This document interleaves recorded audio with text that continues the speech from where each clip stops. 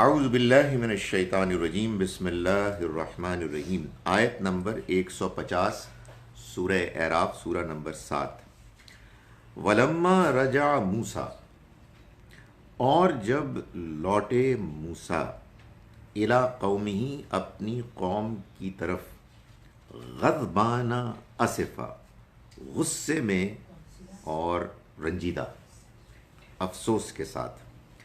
یہ ہم پڑھ چکے کہ موسیٰ علیہ السلام کو جب اللہ نے بلایا اپنے پاس اپنا پیغام، اپنی شریعت دینے کے لیے 30 دن کے لیے، موسیٰ علیہ السلام جلدی پہنچ گئے اور اللہ نے ان 30 دنوں میں 10 دنوں کا اضافہ کر دیا۔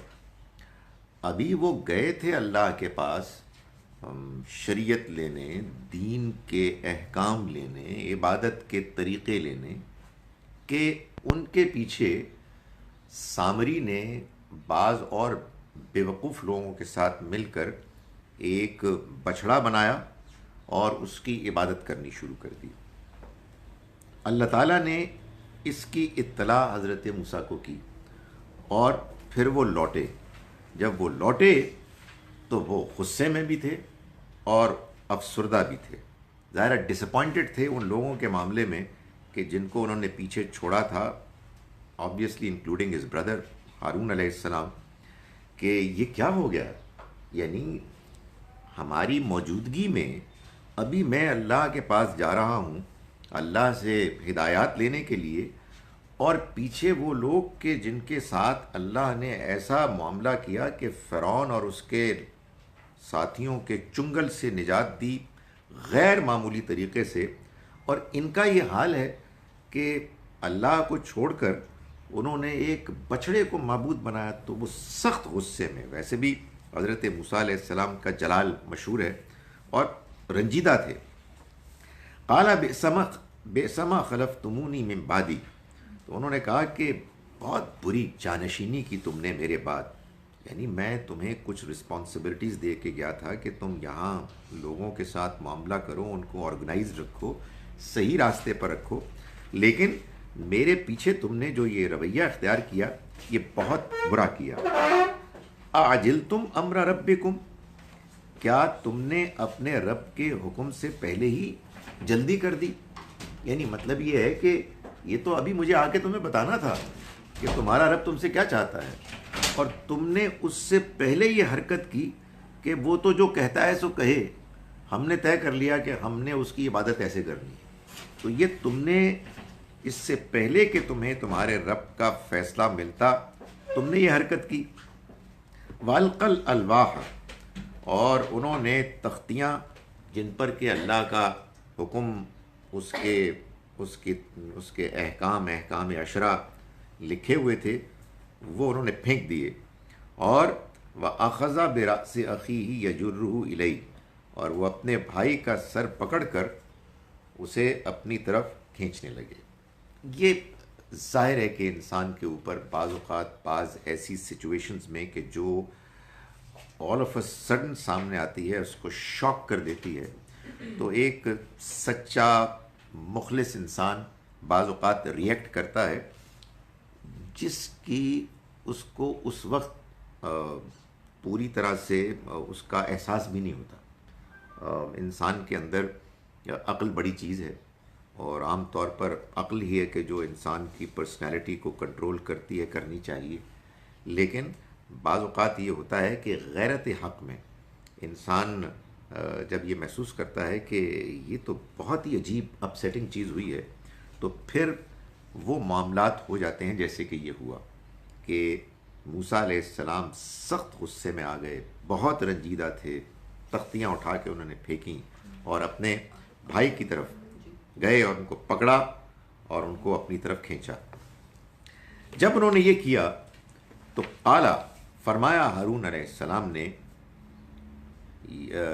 ابن امہ، کہ اے میری ماں کے بیٹے، ماں جائے، بڑی بجائے اس کے کہ میرے بھائی، یعنی ایک بڑی محبت کا انداز ہے ان کو اس بات کی طرف متوجہ کرنے کے لیے کہ جی ایک ماں کے ہم بیٹے ہیں، آپ یہ کیا کر رہے ہیں؟ ان القوم استضعفونی، اس قوم نے مجھے دبا لیا تھا، کمزور کر دیا تھا، وَقَادُوا يَقْتُلُونَنِي، اور وہ قریب تھے کہ مجھے مار دیں۔ یعنی مطلب یہ ہے کہ انہوں نے ایک ایسا فتنہ برپا کیا جس میں میں اور میرے کچھ ساتھی اپنی بات کو لوگوں سے منوانے میں ناکام ہو گئے۔ وہ جو فتنہ تھا وہ اتنا زور پکڑ گیا کہ انہوں نے مجھ کو دبا دیا اور قریب تھے کہ وہ مجھ کو قتل کر دیتے۔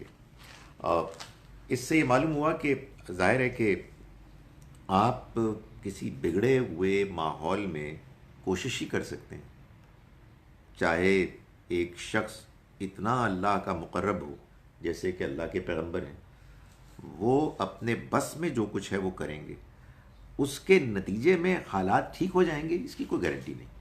یہ دنیا کی زندگی ایک آزمائش ہے، اس امتحان میں اللہ نے ان لوگوں کو آزادی دی ہے، لوگ اپنی آزادی سے جو کچھ کرتے ہیں اس کے نتیجے سامنے آتے ہیں، اس لیے کہ اس دنیا میں اللہ نے انتخاب کرنا ہے، سلیکشن کرنی ہے ان لوگوں کی کہ جو آخرت میں کامیاب ہوں گے، جنت میں داخلے کے مستحق ہوں گے۔ یہ آزمائش امتحان ہو نہیں سکتا تھا جب تک کہ لوگوں کو آزادی نہ ملے۔ جب آزادی ملی تو جہاں اس کا صحیح استعمال ہونا تھا وہاں لوگوں نے غلط استعمال بھی کرنا تھا، اور غلط استعمال کرنے کا اختیار اللہ نے اتنا دیا کہ پیغمبروں کی موجودگی میں پیغمبروں کی مخالفت ہوئی اور وہ کچھ نہیں کر سکے۔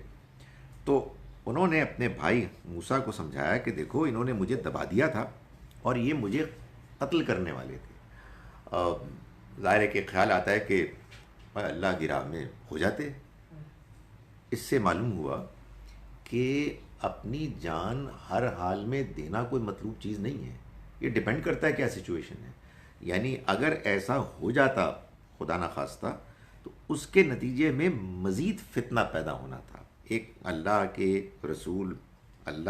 رسول کے بھائی جن کو کہ اللہ نے ذمہ داری سونپی تھی، وہ صورتحال کو ٹھیک کرنے کی کوشش کر رہے ہیں اور مخالفین نے ایسا فتنہ برپا کر دیا ہے کہ ان کے لیے ان کو کنٹرول کرنا ممکن نہیں رہا۔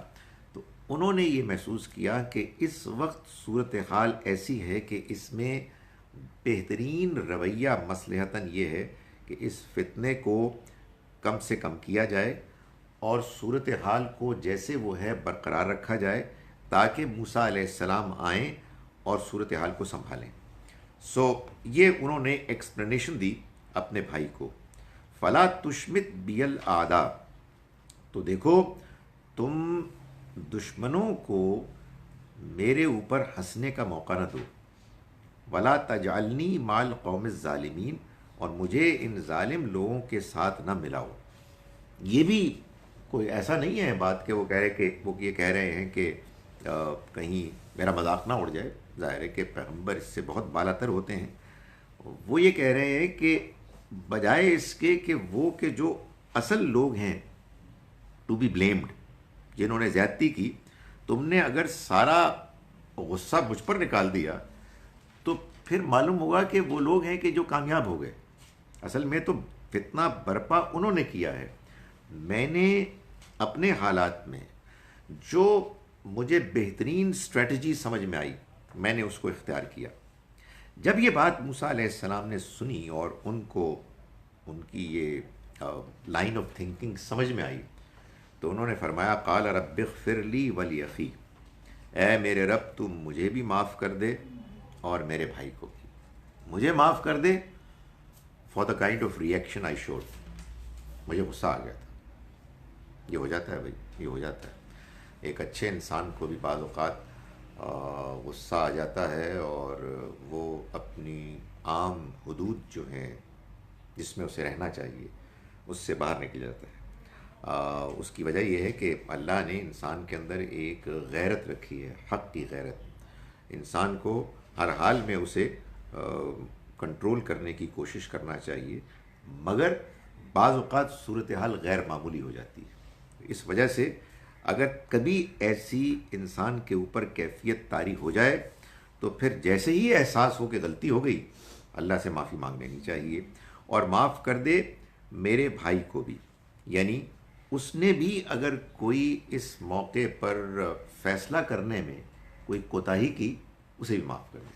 یہ بھی بالکل ہو جاتا ہے کہ ایک سچویشن ہے، اٹس اے ڈیفیکلٹ سچویشن، سمجھ میں نہیں آ رہا ہے کہ ایسے موقع پر کیا کیا جائے، تو آپ جو بہترین آپ کے ذہن میں بات آتی ہے آپ اس کو اختیار کرتے ہیں اچھی نیت کے ساتھ، مگر یہ کوئی ضروری نہیں ہے کہ جو آپ نے فیصلہ کیا ہے وہ پرفیکٹ ہو۔ تو انہوں نے اپنے لیے بھی اپنے بھائی کے لیے بھی معافی مانگی۔ وَأَدْخِلْنَا فِي رَحْمَتِكَ، اور ہمیں تو داخل فرما اپنی رحمت میں، وَأَنْتَ أَرْحَمُ الرَّاحِمِينَ، اور تو رحم کرنے والوں میں سب سے زیادہ رحم کرنے والا ہے۔ یعنی مطلب یہ ہے کہ یہ جو صورتحال ہوئی، اس میں جو فتنہ برپا ہوا، جس میں مشکل حالات میں ہم نے فیصلے کیے، ہم ریئیکٹ کر گئے، تو یہ سب کچھ ہم نے اچھی نیت سے کیا تھا، ہم کوئی برا نہیں چاہتے تھے۔ چنانچہ ہمارے اس سارے رویے پر جو ہم سے کوتاہیاں ہوئیں تو ہمیں اس میں معاف کر دے۔ ان الذین اتخذوا العجل، یقیناً وہ لوگ کہ جنہوں نے بچھڑے کو بنا لیا معبود، سینالہم غضب، تو ان پر غضب پہنچ کر رہے گا، من ربہم، ان کے رب کی طرف سے، وذلۃ، اور ذلت پہنچ کے رہے گی، فی الحیات الدنیا، دنیا کی زندگی میں، وَكَذَلِكَ نَجْزِي الْمُفْتَرِينَ، اور اسی طرح سے ہم بدلہ دیتے ہیں ان سے کہ جو افطرا کرنے والے ہیں، یعنی جو جھوٹ باندھنے والے ہیں۔ جھوٹ باندھنے والے ہیں یعنی شرک کرنے والے ہیں، اس لیے کہ شرک جو ہے اللہ کے ساتھ کسی کو پارٹنر اسکرائب کرنا، یہ ہمیشہ اس کلیم دعوے کے ساتھ آتا ہے کہ یہ اللہ کے پارٹنر ہیں، اللہ نے ان کو اپوائنٹ کیا ہے، یہ اس کے ساتھ مل کر کچھ دنیا کا نظام چلا رہے ہیں، یہ طریقہ عبادت کا کہ ہم اس کے آگے جھکیں، یہ اسی کی طرف سے آیا ہے۔ اللہ تعالیٰ فرماتے ہیں جھوٹ ہے، دس از ربش، یہ افطرا ہے، اس نے کبھی ایسا نہیں کہا، نہ اس نے کبھی اپنے پیغمبروں میں سے کسی کو یہ کہا ہے، نہ اپنی کتابوں میں اس کو لکھا ہے، نہ انسان کی عقل میں اس کے لیے کوئی آرگومنٹ، کوئی دلیل اس نے بنیاد بنائی ہے، اس کو فراہم کیا ہے۔ تو فرمایا کہ یہ مفتر ہیں، یہ در حقیقت جھوٹ باندھ رہے ہیں، ان کو لازماً اپنے رب کا غضب اور ذلت کا سامنا کرنا ہوگا اس دنیا کی زندگی میں۔ کیا مطلب ہے؟ یعنی مطلب یہ ہے کہ جو لوگ اللہ کے رسولوں کی موجودگی میں ایسا کرتے ہیں ان کو اسی دنیا میں سزا ملتی ہے۔ یہ سزا سب کے لیے نہیں ہے، یعنی یہ ضروری نہیں ہے کہ اس دنیا کی زندگی میں جو سارے لوگ اس طرح کی بڑی برائیاں کریں وہ پکڑے جائیں گے۔ اللہ کی طرف سے ریمائنڈر کے طور پر آنکھیں کھولنے کے لیے کچھ اگر مشکلات تکلیفیں آتی ہیں وہ ایک الگ مسئلہ ہے، لیکن اللہ نے اس دنیا میں لوگوں کو امتحان کے لیے رکھا ہے، اور اس میں یہ بالکل ممکن ہے کہ ایک بہت اچھا انسان تکلیف میں مبتلا ہو اور بہت برا انسان بہت راحت چین میں ہو بظاہر۔ یہ اور بات ہے کہ جیسا کہ میں نے گزارش کی کہ آنکھیں کھولنے کے لیے، جگانے کے لیے، ریمائنڈرز کے طور پر اللہ تعالیٰ کچھ نہ کچھ لوگوں کو ایکسپیرینسز کراتا ہے، اچھے بھی ہوتے ہیں برے بھی ہوتے ہیں، مگر یہ اللہ کا فیصلہ ہے، اور یہ قرآن اس کے بیان میں کو اتنا زیادہ واضح کرتا ہے کہ ہر قرآن کا پڑھنے والا جانتا ہے کہ اللہ کے رسول اور ان کے ساتھی اور پھر ابراہیم علیہ السلام کی اولاد، یہ اس رول میں ایکسیپشن، یعنی اللہ کے رسولوں کے زمانے میں کیا ہوتا ہے کہ اگر کچھ لوگ انکار کرتے ہیں، غلط رویہ اختیار کرتے ہیں تو دنیا ہی میں ان کو سزا ملتی ہے، اور پھر ابراہیم علیہ السلام کے بعد اللہ نے ان کی اولاد کو، یعنی بنی اسرائیل کو اور پھر بنی اسماعیل کو چونکہ چن لیا کہ اب وہ رسولوں کی جگہ پر بحیثیت قوم، خاندان نمائندگی کریں گے ان کی، اور اللہ کے پیغام کے ریپرزینٹیٹیوز بنیں گے، جس کے لیے اس نے ان کو چن لیا، تو وہ بھی اگر کوئی غلط حرکتیں کریں گے تو اللہ تعالیٰ ان کو دنیا ہی میں پکڑے گا۔ چنانچہ پہلے اس نے بتایا کہ بنی اسرائیل کو ہم نے اسی اصول کی بنیاد پر ان کی تاریخ میں پے در پے ایسے تجربات سے گزارا کہ جس میں ان کو سزا ملی، اور بنی اسماعیل کے ساتھ بھی ایسا ہی ہونا تھا، اور نظر آ رہا ہے کہ ہوتا ہے، ہو رہا ہے۔ فرمایا کہ یہی ہے جو سزا ہم دیتے ہیں ان کو کہ جو جھوٹ باندھتے ہیں۔ والذین عاملوا السیئات، رہے وہ لوگ کہ جنہوں نے برے اعمال کیے، ثم تابوا من بعدہا، پھر انہوں نے اس کے بعد توبہ کی، وآمنوا، اور ایمان لائے، ان ربک من بعدہا، تمہارا رب اس کے بعد لغفور الرحیم، بڑا مغفرت کرنے والا، رحم کرنے والا ہے۔ یعنی بڑے سے بڑا گناہ بھی اللہ توبہ کے نتیجے میں معاف کر دیتا ہے۔ یعنی انسان کے اندر اگر سچی ندامت پیدا ہو جائے، اس کے اندر یہ احساس زندہ ہو جائے کہ جو میں نے کام کیے، جو میں نے حرکتیں کیں وہ غلط تھیں، اور وہ اللہ کے سامنے اس شرمندگی کے ساتھ آئے کہ میں نے اس کا اعتراف کیا اور میں آئندہ سے یہ کام نہیں کروں گا، تو اللہ تعالیٰ فرماتے ہیں کہ پھر وہ معاف کرنے والا ہے، وہ رحم کرنے والا ہے۔ اس میں پروبیبلی میری اپنی ناقص انڈرسٹینڈنگ میں جو سب سے زیادہ زوردار بیان ہے اللہ کا قرآن مجید میں، وہ سورہ زمر ہے، 39 سورہ، اس کی پرابلی آیت نمبر 53 ہے، جس میں اللہ تعالیٰ یہ فرماتے ہیں کہ میرے بندوں سے کہہ دو، قل یا عبادی الذین اسرفوا انفسہم، جنہوں نے اپنی جانوں پر ظلم کیا، لا تقنطوا من رحمت اللہ، اللہ کی رحمت سے مایوس نہ، انہ یغفر الذنوب جميعا، وہ سارے گناہ معاف کر دے گا، انہ هو الغفور الرحیم، وہ مغفرت کرنے والا، رحم کرنے والا ہے۔ سو یہاں اسی کو بیان کیا گیا ہے کہ اگر کوئی برائی کرتا ہے اور پھر اس کے بعد توبہ کرتا ہے اور ایمان لاتا ہے، ایمان لاتا ہے یعنی چھوٹے گناہ تو وہ ہوتے ہیں نا کہ جو روزمرہ میں آدمی سے غلطیاں ہو جاتی ہیں، ابھی غصہ آ گیا، غصے میں کوئی بات بیان کر دی، کوئی غلط بات کہہ دی، کوئی غلط بات سن لی، اس کو انجوائے کر لیا، کوئی غلط چیز دیکھ لی، اس کو انجوائے کر لیا، بعد میں افسوس ہوا، تو اللہ تعالیٰ نے یہ طے کیا ہے کہ وہ نماز میں، روزے میں، وضو میں جو اچھے انسان کام کرتے ہیں ان سے دھو دے گا۔ لیکن جو بڑے گناہ ہیں ان کو جب انسان کرتا ہے اور کرتا چلا جاتا ہے، اس سے نجات کے لیے توبہ ضروری، اور توبہ کیا ہے؟ شرمندگی کا احساس، اظہار، اور آئندہ اپنی اصلاح کا ارادہ ہی ہے۔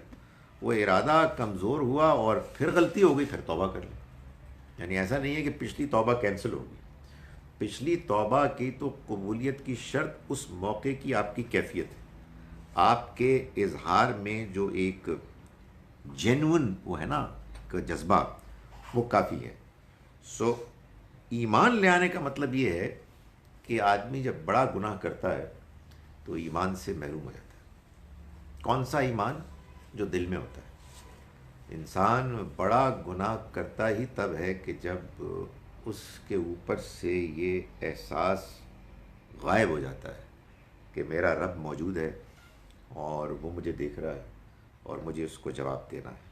تو بڑے گناہوں پر جب انسان توبہ کرتا ہے تو پھر وہ ایک مرتبہ پھر ایمان لاتا ہے، کسی کے سامنے نہیں، کوئی اعلان نہیں ہوتا، نہ کسی کو یہ حق حاصل ہے کہ کسی سے کوئی بڑا گناہ ہوا تو وہ فرمائے کہ یہ جی اب دائرہ ایمان سے خارج ہو گئے، نہیں، یہ بندے کا اور رب کا معاملہ ہے۔ لیکن بہرحال یہ معلوم ہوتا ہے کہ ایسی صورت میں انسان جب یہ کرتا ہے، یعنی توبہ کرتا ہے، تو وہ اس کے ساتھ ہی شامل ہے کہ اس کا ایمان رینیو ہوتا ہے، اس کا ایمان ایک مرتبہ پھر استوار ہوتا ہے۔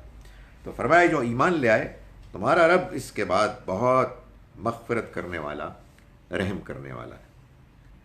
وَلَمَّا سَكَتَ عَن مُوسَى الْغَضَبُ، پھر جب موسیٰ کا غصہ ٹھنڈا ہوا، وَأَخَذَ الْأَلْوَاحَ، اور اس نے تختیاں اٹھا لیں۔ اس سے ہی معلوم ہوا کہ تختیاں مطلب ایسا نہیں تھا کہ کوئی ٹوٹ گئی تھیں جیسے کہ بائبل میں کہیں ہے، بلکہ موجود ہیں، انٹیکٹ ہیں، بس ہاتھ رکھ دی تھی انہوں نے۔ وفی نسختہا، تو انہوں نے ان کو اٹھا لیا۔ وفی نسختہا، اور اس میں جو کچھ نقل تھا، ہدی و رحمہ، وہ ہدایت تھی اور رحمت تھی۔ اللہ کا پیغام، اللہ کے احکام، اس کے بارے میں قرآن مجید ان دو الفاظ کو بار بار بیان کرتا ہے۔ اللہ تعالیٰ کے جو الفاظ، اللہ تعالیٰ کی جو ہدایت ہے وہ دنیا میں لوگوں کے لیے رہنمائی ہے، اللہ کا پیغام آخرت میں لوگوں کے لیے رحمت بنے گا۔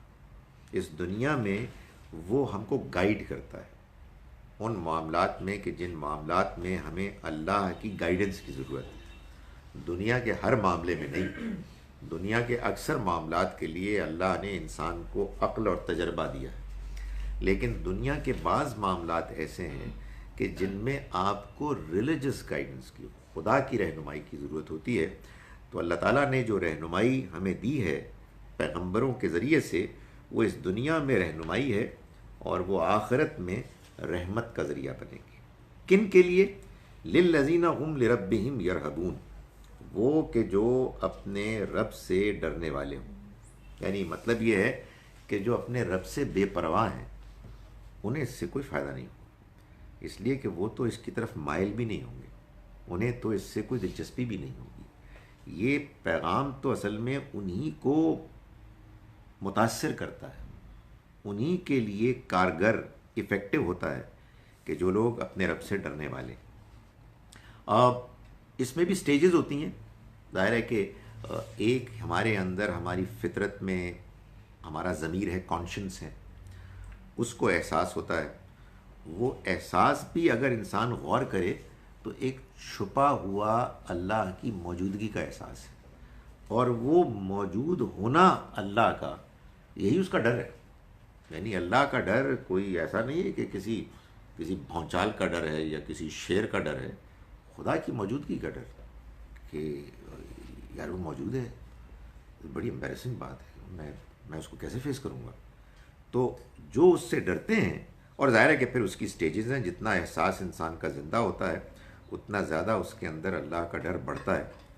تو ان کے لیے وہ جو موسیٰ علیہ السلام کے الواح تھیں، تختیاں، اس میں وہ رہنمائی تھی جو دنیا میں ہدایت، آخرت میں رحمت بننے والی تھی ان لوگوں کے لیے کہ جو اپنے رب سے ڈرنے والے ہیں۔ وَاخْتَارَ مُوسَىٰ قَوْمَهُ 70 رَجُلًا لِمِيقَاتِنَا، اور چن لیا موسیٰ نے اپنی قوم سے 70 لوگوں کو ہم سے ملاقات کے لیے۔ ایک بہت بڑا حادثہ ہو گیا تھا کہ اللہ کے دو پیغمبروں کی موجودگی میں ان کی اس قوم نے کہ جن کو اللہ نے کتنے نعمتوں سے نوازا تھا، ان میں ایک بڑی تعداد میں لوگوں نے شرک کر ڈالا۔ تو اس شرک کے بعد اب ایک اجتماعی توبہ کی ضرورت تھی۔ اس اجتماعی توبہ کے لیے موسیٰ علیہ السلام نے اپنی قوم سے 70 لوگوں کو منتخب کیا، اور وہ پھر دوبارہ گئے اللہ کے پاس، یعنی اس خاص مقام پر جہاں موسیٰ علیہ السلام گئے تھے، کوہ طور پر۔ فلما اخذتہم الرجفہ، پھر جب ان کو زلزلے نے آ پکڑا۔ یہ بھی اللہ کا اپنا طریقہ ہے، ظاہر ہے کہ آدمی کے اوپر انوائرنمنٹ، ماحول کا بڑا اثر ہوتا ہے۔ آپ کسی ایسی جگہ پر ہیں جہاں سبھی لوگ بالکل غافل ہیں اور وہ حرکتیں کر رہے ہیں جس میں کہ نہ اللہ یاد آ سکتا ہے، نہ انسان کو اخلاق یاد آ سکتے ہیں، تو آدمی اس میں کھو جاتا ہے، متاثر ہوتا ہے۔ لیکن اگر ماحول ایسا ہو جائے کہ جس میں انسان اس کی طرف رجوع کرنے والا ہو، تو پھر انسان کے لیے اللہ کی طرف مائل ہونے کے امکانات بڑھ جاتے ہیں۔ اس موقع پر جب ظاہر ہے کہ ایک بڑا حادثہ ہوا، اس کی ایک وجہ یہ بھی تھی کہ لوگوں کو اس کی سنگینی کا احساس نہیں تھا. تو اللہ تعالیٰ نے جب توبہ کے لیے ان کو بلایا تو اس پہاڑ ہلنے لگے, زلزلہ آ گیا. اور ظاہر ہے کہ اس سے آدمی کے اوپر ایک پیدا ہو جاتا ہے روح. ہمارے یہاں زلزلہ آتا ہے آنیسٹلی آدمی بالکل سیریس ہو جاتا ہے کہ یار یہ تو اب گئے, it's going to be all gone. So وہ جب ظاہر ہے کہ پہاڑ تھے اور پہاڑ ہلنے لگے, قال ربی لو شئت اہلکتہم, تو موسیٰ علیہ السلام جو ظاہر ہے کہ ان کے لیڈر تھے, نمائندے تھے, انہوں نے کہا کہ اے میرے رب اگر تو چاہتا تو تو ان سب کو ہلاک کر دیتا, من قبل, اس سے پہلے, و ایایا, اور مجھ کو بھی. یعنی تو نے وہاں ہمیں اس قدر فتنے کے دور کے باوجود ٹالریٹ کیا ہے, تو اب تو نہ ہمیں ہلاک کر. تو چاہتا تو یہ سب کچھ کر سکتا تھا. افتہلکنا بما فعل السفہاء منا, تو کیا ہلاک کرے گا ہم کو اس وجہ سے کہ جو بعض احمقوں نے ہم میں سے کیا. بھائی غلطی تو ان کی تھی نا, ہم نے تو اس کو سنبھالنے کی کوشش کی, نہیں ہو سکا, اس میں بھی کوئی مصلحت ہوگی, مگر تو ہمیں نہ ہلاک کر اس وجہ سے کہ جو بعض بیوقوفوں نے ہم میں سے کیا. ان ہی الا فتنتک, یہ تو تیری ایک آزمائش تھی, تیرا ایک فتنہ تھا. فتنہ, آزمائش. قرآن مجید کہتا ہے انما اموالکم و اولادکم فتنہ, تمہارا مال اور تمہاری اولاد ایک فتنہ ہے. میں بھی ایک فتنے سے بچنے کے لیے یوں پی رہا ہوں. ہاں, اب کوئی مجھ پہ اعتراض نہیں کر سکتا. اور کیا اپوزٹ نظر آتا ہے تو ہر کوئی کمنٹ کرتا ہے. اول میں ایک اور کمنٹ آیا کہ کسی ایسی جگہ پر آپ قرآن پڑھایا کریں جس میں آیات سیدھی لکھی ہوئی. یہ بھی کمنٹ آ چکا ہے. سر یہ کیسے ہو سکتا ہے, ان کو جواب دیں کہ ہم کبھی آئے روٹی لکھ سکتے, نہیں یہاں سے ہٹا دیتے ہیں. نہیں, سمجھنا چاہیے. آپ کے اندر بھی حق کی غیرت میں ایک غصہ پیدا ہو رہا سر یہ کبھی جس نے کہا نا اس کو پلیز میری بات وہ پہنچ گئی. اب گزارش یہ ہے کہ ایک اور طریقہ ہے, وہ ٹیکنیکل طریقہ ہے کہ اس کو ہم الٹ کر دیں گے نا تو اس میں ساری چیزیں سیدھی ہو جائیں گی. نہیں, میری گزارش سنیں, پھر یہ سیدھی ہو جائے گی. نہیں سر, سوال ہی نہیں, میں اس کو سنتا کرے جو کوئی مرضی کرے, ہم اس کی پرواہ نہیں کرتے. جی, طریقہ کہ جہاں پر قرآن پڑھا جاتا ہے اس کو نا وہ الٹی الٹا ہوا کر دیں گے. سر یہ کوئی طریقہ ہے جہاں قرآن پڑھا جاتا ہے اور وہ یہ الفاظ استعمال کرے. مجھے ذرا اس کا فون دینا صبح. سر پلیز مجھے دیں, پلیز. میں اس کو ایسے ہمارے ساتھ اس نے یہ حرکت کی. دیکھیں وہ بھی آپ یقین جانیں کہ جب بدل جاتی ہے نا سچویشن تو اس کے بعد سوچ بھی بدل جاتی ہے. آپ بجا ہیں اپنے اس بیان میں, کیونکہ ظاہر ہے آپ تو یہ نہیں کر سکتی, لیکن آپ سوچئے کہ ایک آدمی کہہ رہا ہے کہ یار یہ کیا چکر ہے, آیات بھی الٹی ہے, وہ دوسری بات سوچ ہی نہیں رہا, چلیے.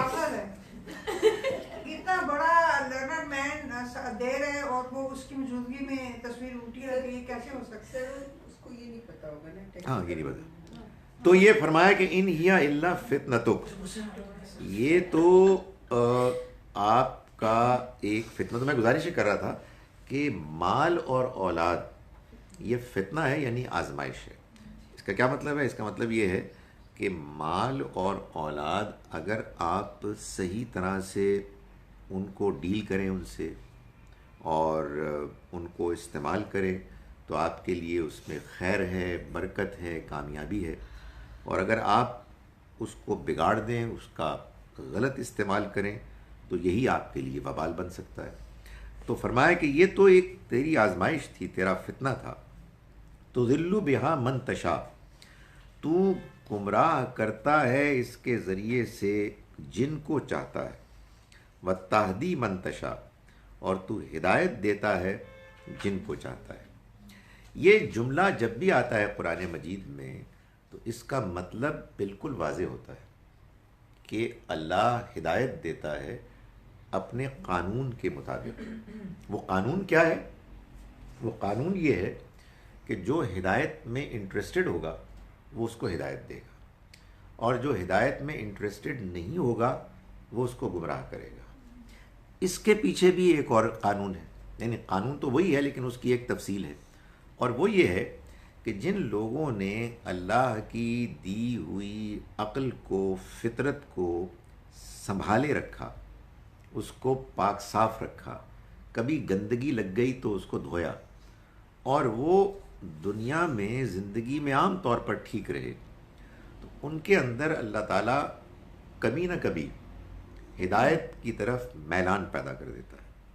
اور جو لوگ زندگی میں ضدی رہے، متکبر رہے، خواہشات ہی کے پیچھے چلتے رہے، اپنی انا ہی کو انہوں نے اپنا اصل آئیڈیل رہنما بنایا، تو پھر ان کو اللہ تعالیٰ ہدایت سے محروم کر دیتا ہے۔ اور خاص طور پر ایسے زمانے، ایسے دور، ایسے حالات میں جس میں ہلچل ہوتی ہے، جس میں صورتحال نارمل نہیں ہوتی، یہ بالکل ممکن ہوتا ہے کہ کچھ لوگ ایک طرف نکل جائیں اور کچھ لوگ دوسری طرف نکل جائیں۔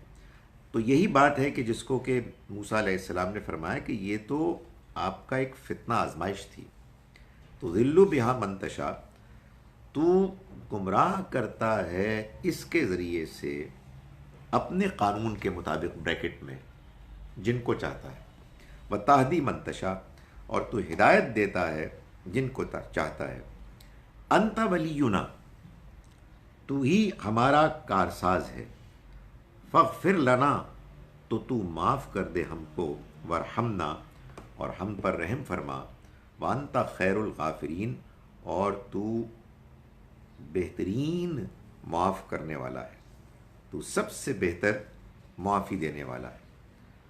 وَاکْتُبْ لَنَا فِي هَذِهِ الدُّنْيَا حَسَنَةً، تو لکھ دے ہمارے لیے اس دنیا کی زندگی میں بھی بھلائی، وَفِي الْآخِرَةِ إِنَّا هُدْنَا إِلَيْكَ، اور آخرت میں بھی، اِنَّا هُدْنَا إِلَيْكَ، ہم نے تیری ہی طرف رجوع کیا۔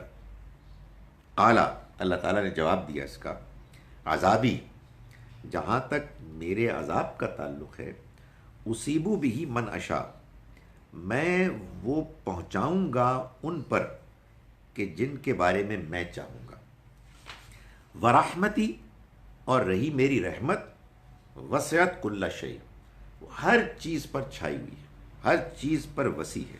یعنی مطلب یہ ہے کہ میں سزا بھی دیتا ہوں، میں لوگوں کے معاملے میں فیصلے بھی کرتا ہوں، میری بہت سی صفات ہیں، ہر صفت، ہر ایٹریبیوٹ پرفیکٹ ہے، ہر ایٹریبیوٹ دوسرے ایٹریبیوٹس کے ساتھ مل کر سائملٹینیسلی فنکشن کر رہا ہے، مگر ان ایٹریبیوٹس میں جو ایک ایٹریبیوٹ، ایک صفت ہے جو سب پر چھائی ہوئی ہے، وہ ہے رحمت۔ ورحمتی وسعت کل شیء، اور میری رحمت ہر چیز پر چھائی ہوئی ہے، فساکتبھا، اور میں اس کو لکھ رکھوں گا، للذین یتقون، ان لوگوں کے لیے کہ جنہوں نے تقوی اختیار کیا، ویؤتون الزکوٰۃ، اور زکوٰۃ ادا کی، والذین هم بآیاتنا یؤمنون، اور وہ کہ جو ہماری آیات پر ایمان لائے۔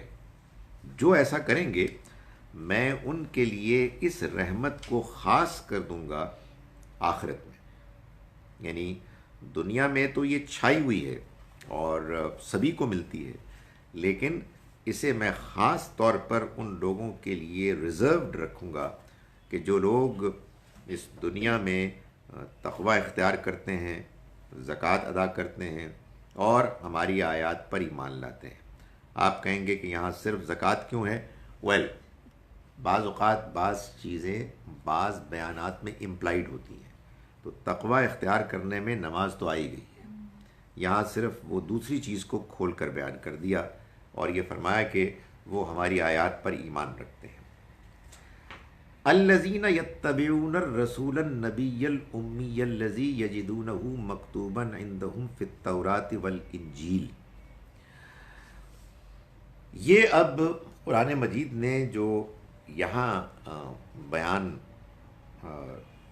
رکھا ہے، یہ اس اللہ کے جواب کا حصہ نہیں ہے جو موسیٰ علیہ السلام کو دیا تھا، بلکہ یہ قرآن کا ایک سٹائل ہے جو کئی اور جگہوں پر بھی نظر آتا ہے۔ یہ وہ چیز ہے جس کو کہتے ہیں تضمین۔ قرآن میں جو اللہ تعالیٰ واقعات بیان کرتا ہے اس کا مقصد سٹوری ٹیلنگ نہیں ہے، اس کا مقصد ہدایت ہے، رہنمائی ہے۔ تو اللہ تعالیٰ کیا کرتے ہیں کہ بعض اوقات ہدایت دیتے دیتے، ظاہر ہے ہدایت ان کو تو نہیں دی جا رہی جن کی سٹوری سنائی جا رہی ہے، وہ تو گئے، ہدایت تو ان کو دی جا رہی ہے جو سامنے موجود ہیں۔ تو بعض اوقات ہدایت دیتے ہوئے اللہ تعالیٰ اس بات کو اس زمانے سے ہٹا کر براہ راست خطاب کر دیتا ہے، تو اس کو کہتے ہیں تضمین۔ تو یہاں بھی یہی ہوا ہے کہ بات وہاں مکمل ہو گئی کہ میں آخرت کی کامیابی ان لوگوں کو دوں گا، ان کے لیے میں نے لکھ دی ہے جو تقوی اختیار کریں گے، زکوٰۃ دیں گے اور جو ہماری آیات پر ایمان لائیں گے۔ اب اس کو مطابق حال کر دیا، یعنی یہ لوگ، یعنی اس کیٹیگری کو بلونگ کرنے والے لوگ اب یہ ہیں۔ کون؟ الذین، یہ لوگ کہ جو یتبعون الرسول، پیروی کرنے والے ہیں رسول کی، النبی، نبی، وہ نبی کے جو رسول بھی ہیں، الامی، جو امی ہیں، یعنی نبی اکرم صلی اللہ علیہ وسلم آپ اللہ کے نبی تھے۔ اللہ کے نبی وہ ہوتے ہیں کہ جن کو اللہ تعالیٰ وحی سے نوازتا ہے کہ جو اللہ کا پیغام ہے کہ وہ اس پیغام کو دنیا والوں کے ساتھ سامنے پیش کریں۔ ان نبیوں میں بعض رسول بھی تھے، یعنی ان کے بارے میں اللہ نے یہ خاص فیصلہ کیا کہ جب وہ آئیں گے اور اللہ کا پیغام پیش کریں گے تو وہ اور ان کے ساتھی کامیاب ہو جائیں گے، دنیا میں بھی وہ سرخرو ہوں گے، وہ ڈومینیٹ کریں گے، اور ان کے مخالف آخرت کی سزا سے پہلے اس دنیا میں بھی سزا پائیں گے۔ کیوں؟ تاکہ دنیا والوں کو تاریخ میں ان چند واقعات کو دیکھ کر یہ معلوم ہو کہ آخرت از اے ریالٹی۔ خدا تعالیٰ نے جو کچھ آخرت میں ہونا ہے اس کو بعض قوموں، بعض علاقوں کے معاملے میں اس دنیا میں بھی کر کے دکھا دیا۔ تو نبی صلی اللہ علیہ وسلم اللہ کے رسول اور نبی تھے اور امی تھے۔ یہ امی کا لفظ استعمال ہوا بنی اسماعیل کے لیے۔ ابراہیم علیہ السلام کی اولاد کے آپ سمجھیے کہ دو سیگمنٹس بن گئے، دو برانچز بن گئیں۔ بنی اسرائیل جو ابراہیم علیہ السلام کے بڑے بیٹے اسحاق کے بیٹے یعقوب کی اولاد ہے۔ یعقوب علیہ السلام کا دوسرا نام اسرائیل تھا، تو ان کی اولاد بنی اسرائیل ہوئی۔ اور یعقوب علیہ السلام کے بڑے بھائی اسماعیل علیہ السلام وہ عرب میں آباد ہو گئے، مکے میں، جس کو ابھی ہم پڑھ رہے تھے لیلاف قریش، اس میں یہ بنی اسماعیل تھے۔ یہ وہ لوگ تھے کہ جن کو اللہ نے یہاں آباد کیا۔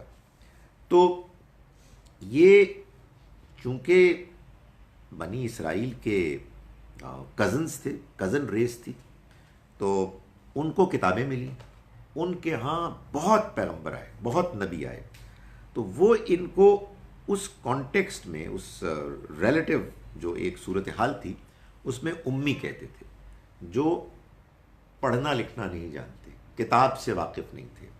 تو نبی صلی اللہ علیہ وسلم چونکہ انہی میں سے، بنی اسماعیل میں سے تھے، تو آپ کے لیے بھی یہی لقب منتخب ہو گیا کہ آپ الرسول النبی الامی ہیں۔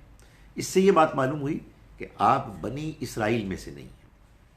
الذی یجدونہ مکتوبا عندہم فی التوراۃ، وہ کہ جن کو یہ لکھا ہوا پاتے ہیں اپنے ہاں تورات میں بھی، والانجیل، اور انجیل میں بھی۔ یہ آیت لمبی ہے، میں بس اس کے اس حصے کو بیان کر کے اس پر آج کا سبق ختم کر رہا ہوں۔ یہ بات قرآن مجید نے بار بار بیان کی ہے کہ بنی اسرائیل، اہل کتاب، یہود و نصارہ کے جو پڑھے لکھے لوگ ہیں وہ نبی صلی اللہ علیہ وسلم کو جانتے ہیں۔ دیکھیں، میں یہ نہیں کہہ رہا کہ آج کے دور کے سارے پڑھے لکھے یہود و نصارہ قرآن کے بیان کے مطابق اس زمانے میں جو یہود و نصارہ کے علماء تھے، ان کے جو اسکالرز تھے، ریبائز وغیرہ، وہ جانتے تھے. اور کیوں جانتے تھے؟ اس لیے کہ ان کی کتابوں میں لکھا ہوا ہے. قرآن کا کہنا یہ ہے کہ یعرفونہ کما یعرفون ابناءہم، وہ ان کو پہچانتے ہیں جیسے کہ اپنے بیٹوں کو پہچانا جاتا ہے. جیسے بیٹوں کے بارے میں آدمی کلیئر ہوتا ہے کہ یہ میرا بیٹا ہے، اور یہ اصل میں وہ ہے، آپ کہیے کہ ایک تمثیل، کہ کوئی خدا نہ خواستہ کسی موقع پر کھو گیا تو اگر جب واپس آئے گا تو پہچان لیں گے. اور یہ اصل میں چونکہ ان کی تاریخ میں تھا نا کہ یعقوب علیہ السلام کے بیٹے یوسف علیہ السلام کھو گئے تھے، تو انہوں نے ان کو جب وہ ملے تو ان کے لیے پہچاننا کوئی مسئلہ نہیں تھا. یہ قرآن نے اس لیے کہا کہ ان کی ان کتابوں میں حضور کی تشریف آوری کا ذکر ہے. ظاہر ہے کہ جو لوگ بنی اسرائیل کے ہیں اور جو لوگ یہود و نصارہ ہیں وہ یہ کہیں گے جی کہ یہ تو آپ کا دعویٰ ہے، how do we believe it. تو میں صرف ایک تعارف کے لیے میں 2 مثالیں بیان کر رہا ہوں. ایک اولڈ ٹیسٹمنٹ کی جو پہلی 5 کتابیں ہیں ان کو کہتے ہیں، ان کو تورات بھی کہتے ہیں، تورا بھی کہتے ہیں، پینٹیٹیوک. اس میں جو 5ویں کتاب ہے وہ ہے بک آف ڈیوٹرانومی، کتاب استثناء. اس کے 18ویں چیپٹر میں آیات ہیں 17، 18، 19، جس میں اللہ تعالیٰ نے موسیٰ علیہ السلام کو خطاب کر کے یہ فرمایا کہ میں تمہارے بھائیوں میں سے تمہاری ہی طرح کا ایک پیغمبر بھیجوں گا جس کے منہ میں میں اپنا کلام ڈالوں گا، جو میرا نام لے کر میرے کلام کو پیش کرے گا اور وہ سب کچھ انہیں بتا دے گا جو میں اسے کہوں گا. یہ اس میں ایک ایک لفظ نبی صلی اللہ علیہ وسلم کے لیے کے بارے میں پورا اترتا ہے. میں سب کی تشریح تو نہیں کر رہا، مگر ایک خاص جو بات اس میں بیان ہوئی ہے کہ میں اس کے منہ میں اپنا کلام ڈالوں گا. آپ اگر آج کسی جیو یا کرسچن سے یہ پوچھیں کہ تم بائبل کے بارے میں کیا مانتے ہو، تو وہ کہیں گے کہ اٹس بک آف گاڈ. تو آپ اگر پوچھیں کہ بٹ اس میں کیوں بعض اوقات ویریشن پائی جاتی ہے اور کچھ بعض چیزیں ہیں جو معلوم ہوتا ہے کہ ایرر ہیں، تو وہ اس کا جواب یہ دیں گے پڑھے لکھے لوگ کہ because it's an inspired message of God. یعنی یہ کتابیں لکھنے والے، اور یہ بات معلوم ہے کہ یہ کتابیں لکھنے والوں نے لکھی ہیں. فلاں نے یہ کتاب لکھی ہے، gospel of John, gospel of Matthew. تو وہ یہ کہتے ہیں کہ یہ میسج، آئیڈیا اللہ کی طرف سے ہے اور ورڈز اسکرائبز لکھنے والوں کی طرف سے ہیں. تو یہ انسپائرڈ ہے. قرآن انسپائرڈ نہیں ہے، it's the very word of God. یعنی الحمدللہ رب العالمین الرحمن الرحیم مالک یوم الدین، یہ محمد صلی اللہ علیہ وسلم کے الفاظ نہیں ہیں. آپ کے قلب مبارک پر وہی اترتی تھی اور آپ کی زبان مبارک سے وہ جاری ہو جاتی تھی. تو اس کے لیے اس سے زیادہ کوئی خوبصورت ایکسپریشن نہیں ہو سکتا کہ آئی ول پٹ مائی ورڈز ان ہز ماؤتھ، میں اس کے منہ میں اپنا کلام ڈالوں گا. نیو ٹیسٹمنٹ جو بائبل کا دوسرا حصہ ہے، اس میں بس میں ایک بات کر کے ختم کرتا ہوں کہ اس میں بھی جو گاسپل آف جان ہے، اس میں 4 جو گاسپلز ہیں انہی کو کہتے ہیں اناجیل، Matthew, Mark, Luke and John. Gospel of John کے پہلے چیپٹر کے آخر میں یہ بتایا گیا کہ یحییٰ علیہ السلام تشریف لے آئے. یحییٰ علیہ السلام عیسیٰ علیہ السلام کے کزن بھی ہیں، ان کے کنٹمپرری بھی ہیں، لیکن ان سے ذرا عمر میں بڑے تھے اور پہلے آئے. تو وہ جب تشریف لائے تو وہ ایک بڑی غیر معمولی شخصیت تھے. یعنی اللہ کے پیغمبر سارے ہی غیر معمولی ہوتے ہیں، اپنے نیکی میں، تقوی میں، شکل سے بھی نظر آتا ہے، باتوں سے بھی معلوم ہوتا ہے، ان کے طور طریقے بھی ایسے ہوتے ہیں. تو وہ جب آئے تو لوگ بڑے متاثر ہوئے، بڑے امپریس بھی تھے، پریشان بھی تھے کہ بھئی یہ کون ہے. تو یروشلم سے، یہ گاسپل آف جان بتا رہی ہے، یروشلم سے یہودیوں نے ایک باقاعدہ وفد بنایا اور ان کی طرف بھیجا کہ وہ ان سے انویسٹیگیٹ کرے کہ بھئی آپ کون ہیں. تو انہوں نے ان سے جو سوالات کیے وہ گاسپل آف جان میں آخر میں فرسٹ چیپٹر کے آخر میں ہیں. انہوں نے پوچھا کہ یہ بتاؤ کہ آر یو دا مسایا، کیا تم مسیح ہو؟ تو انہوں نے کہا نہیں، آئی ایم ناٹ دا مسایا. معلوم ہوا کہ وہ مسیح علیہ السلام کا انتظار کر رہے تھے. آر یو ایلائجا، کیا تم ایلائجا ہو؟ پراببلی ایلائجا سے مراد الیاس، الیاس علیہ السلام، جو ان کی لگتا ہے کہ ان کے ہاں ان کی انڈرسٹینڈنگ یہ تھی کہ وہ چلے گئے ہیں اور واپس آئیں گے، ان کا ریٹرن ہوگا. قرآن میں بھی یہ معلوم ہوتا ہے کہ وہ اللہ کی طرف بلا لیے گئے. تو انہوں نے کہا نہیں، آئی ایم ناٹ ایلائجا. تو تیسرا سوال انہوں نے یہ پوچھا کہ آر یو دا پروفٹ؟ تو انہوں نے کہا نہیں، I am not the prophet. So معلوم یہ ہوا کہ عیسیٰ علیہ السلام کے آنے کے موقع پر پڑھے لکھے کتاب سے واقف یہودی 3 شخصیات کا انتظار کر رہے تھے: Messiah, Elijah, the prophet. The question is who is the prophet. اگر آج آپ مذہب کا جو ڈسپلن ہے نا، ایک ریلیجس اسٹڈیز کا ڈسپلن ہے، یعنی اسلام کرسچینٹی نہیں، ریلیجس اسٹڈیز، اس میں سب کچھ پڑھا جاتا ہے.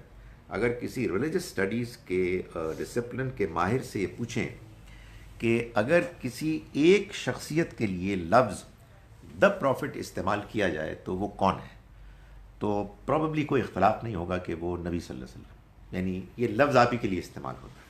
سو قرآن مجید نے یہ بتایا کہ یہ لوگ کہ جن کے سامنے ہم اس وقت پیغام پیش کر رہے ہیں، بنی اسرائیل کے، یہ ان کو اپنی کتابوں میں لکھا ہوا پاتے ہیں. اقول قولی ھذا واستغفر اللہ. اس کا مطلب یہ کہ ہم آیت کے بیچ میں سے شروع کریں گے اگلی مرتبہ.